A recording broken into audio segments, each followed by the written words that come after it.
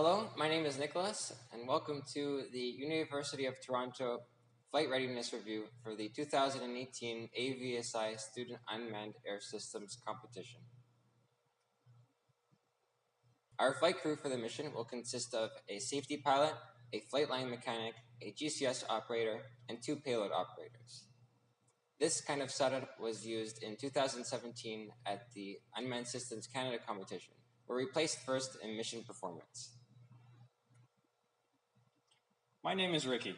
I'm the safety pilot and not part of the development team. I graduated from the Institute of Aerospace Studies and am this year only the safety pilot. I have 9 years of RC flying experience and have been part of this team for the last 6 years. I am a 4th year mechanical engineering student at the University of Toronto, and this is my 4th year with the team. This year I will be the flight line mechanic. In this role, I will be responsible for all the components and systems that need to be put together to ensure a functional UAS, and this will ensure that our system performs as best it can during the mission. My name is Oliver. I'm a 4th year electrical engineering student, and I've been with the team for 5 years. My role is the ground station control operator. My name is Itai, and I'm a second-year master student at the Institute of Aerospace Studies. My role in this team is the payload software programmer, and I'm familiar with the payload data processing procedures. I have 3 years of experience with quadrometer-based survey missions, and this is my first year joining the team. So Kevin could not be with us today, but he is a 3rd year electrical engineering student at the University of Toronto. And he has 4 years of experience with the team working on payload systems and payload integration. So his role during the mission would be to support the payload operations and ensure that we are getting images during the mission. The University of Toronto Explorer Unmanned Aircraft System can be broken down into 6 subsystems. These are airframe, payload, communications, avionics, ground station control, and payload control. The airframe is our UTX-2B aircraft, introduced in 2016.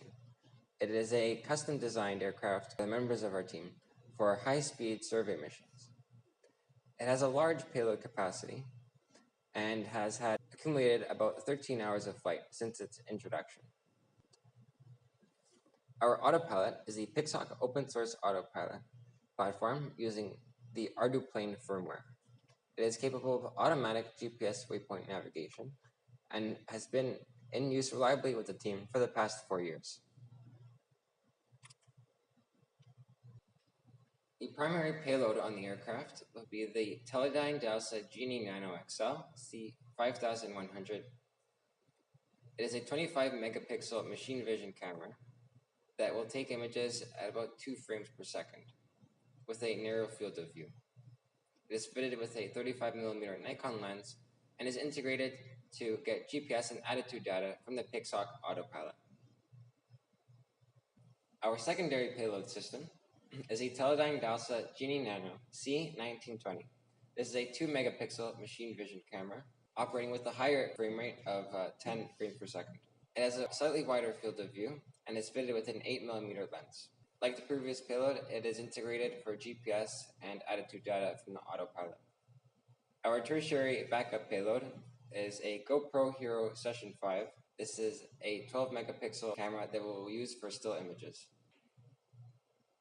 Our communication systems are broken down into an Extend 900, operating on 900 megahertz for telemetry data, a Dragon Link V3 operating on 433 megahertz, alongside the Futaba RC system operating on 2.4 gigahertz for manual control from the safety pilot. And lastly, we will have Ubiquiti Rocket radio modems operating on 5.8 gigahertz to download payload data from the aircraft. On the ground, we will have multiple PCs split into 2 groups. These are the ground control and the payload operation groups. For ground control, we will have a GetTac S400 rugged PC running Mission Planner. This computer will have an 800 nit daylight readable screen to ensure the ground control system's operator will have a clear view of all the important telemetry data coming from the aircraft. For payload operations, we will have multiple PCs running custom software to process the images where operators will identify targets to submit. We plan to complete almost all the tasks involved in this mission, but to improve reliability and mission assurance, we will not attempt to perform obstacle avoidance for moving obstacles, and we will not attempt automatic detection, localization, and characterization of targets. Now I'm going to talk you through the development testing that we do to ensure competition readiness. So there are 4 types of testing that we do: software testing and simulations, subsystem level testing, full system testing, and full mission test. One of the development testing that we do is to perform autonomous flight on the UTX-2B airframe. This airframe has seen 6 autonomous flights this year, accumulating to a total of 60 minutes flight time. The average flight time spent in manual mode is 1 minute per flight. The second test is on waypoint accuracy. The aircraft is required to navigate to 22 waypoints with the waypoint path set at right or obtuse angle. The test results show that the tracking accuracy is satisfactory with a minimum turning radius of 150 feet. Based on this result, we are confident that we will be able to achieve the waypoint accuracy required by the autonomous mission. The next test is on obstacle avoidance. We tested the algorithm in software simulation and conducted real test flights based on 2 stationary objects. We are able to avoid 70% of the stationary obstacle, but we still have to account for the turning radius in the algorithm to achieve better avoidance. We are confident that the larger area at the competition site will allow us to achieve better avoidance of the obstacles. We also tested the imaging performance of the primary and secondary payloads, which are the Teledyne DALSA Genie cameras. We performed endurance testing on the ground to ensure the operational reliability of these cameras. We also performed extensive flight testing of the full imaging system setup that includes the integration with the Pixel Autopilot, as well as the communications to the ground. Throughout the flight test, we are able to achieve 5.5 pixel per inch resolution, and we are able to cover 95% of the targets within one flight. We are confident that our imaging system is capable of capturing images required for the mission by having a live communication from the payload computer to the ground. This allows the payload operator to view the images in real time and make necessary adjustments to the camera setting if necessary. In addition, in the case of a loss of aircraft, having this communication link prevents us from losing all the data on the payload computer. This slide shows you the images that are taken from the Teledyne DALSA C5100 camera during a flight operation at Downsview Airport. This shows you the images taken on the 25 megapixel camera alongside with the GPS, attitude, and altitude data from the autopilot. From there, we are able to identify the target as well as their estimated GPS locations. Based on a known ground truth of the targets, we are able to verify that we are able to achieve 16 feet accuracy.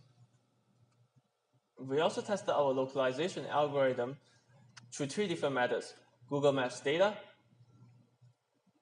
ROS Gazebo simulator with satellite image overlay, as well as real test flight. Throughout the test flight, we are able to identify the locations of all 7 targets throughout the 5 flights. And we are able to geolocate 30 different targets on the Gazebo simulator. Our accuracy on the geolocation algorithm is 16 feet, and this can be further improved using the OpenCV feature matching algorithm library.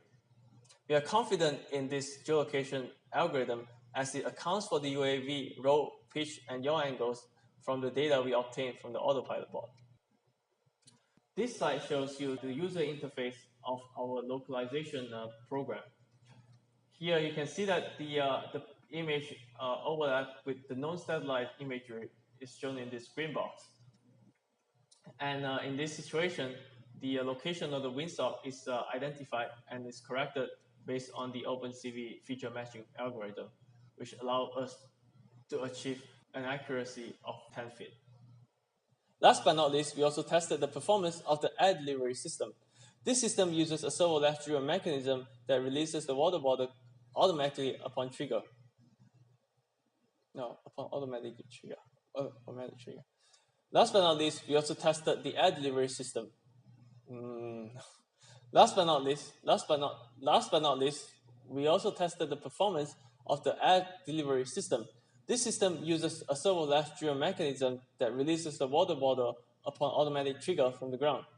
It has good amount of clearance around the water bottle to prevent interference and a repeat of a 2017 incident at the AUVSI competition. During the test flight, we attempted 3 water bottle drops and we achieved 100% drop success rate with an average accuracy of 16.4 feet. For full matching testing, we've completed more than 12 test flights to date. Bombardier has graciously allowed us to use their downstream airport facility, and that has trained us to quickly set up and take off in a short amount of time between flight windows. For flight testing, we geolocate targets such as the one on the screen there, as well as do waypoint capture and water bottle drop. These test flights allowed us to streamline our processes, tune our airframe, and refine safety procedures. This table shows the estimated scores for the competition. As you can see, the total score is 72.4%, which we believe is a very satisfactory score. Going into this competition, our strengths are that we have a very well-trained crew, we have a very reliable airframe, and we have a unique multi-sensor machine vision payload. We believe that our solution going forward will provide